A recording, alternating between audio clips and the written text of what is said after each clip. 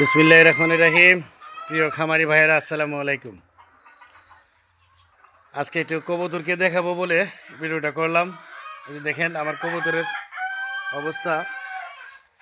আসলে আমি 10 জোড়া কবুতর কিনে আনছিলাম, তো এখন আমি অলরেডি আমার কবুতর থেকে আপনার প্রায় 3 জোড়া বাচ্চা বড় করে ফেলেছি অলরেডি।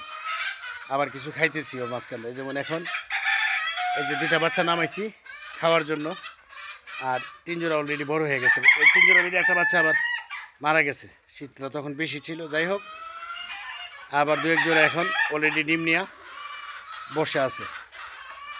এখন যেহেতু গরম পড়ে গেছে, কবুতরের আর কোনো টেনশন নেই। আর বিশেষ করে আমার কবুতরের কোনো সমস্যাটা এটা বেশি হয় নাই। কারণ হলো, আমি যখন আপনার মুরগিকে ঠান্ডা জনিত কোনো কারণে যদি কোনো চিকিৎসা করছি, তখন আপনার দেখা গেছে কি আমি কবুতরগুলাকেও ওষুধ দিয়ে দিছি নিয়মিত।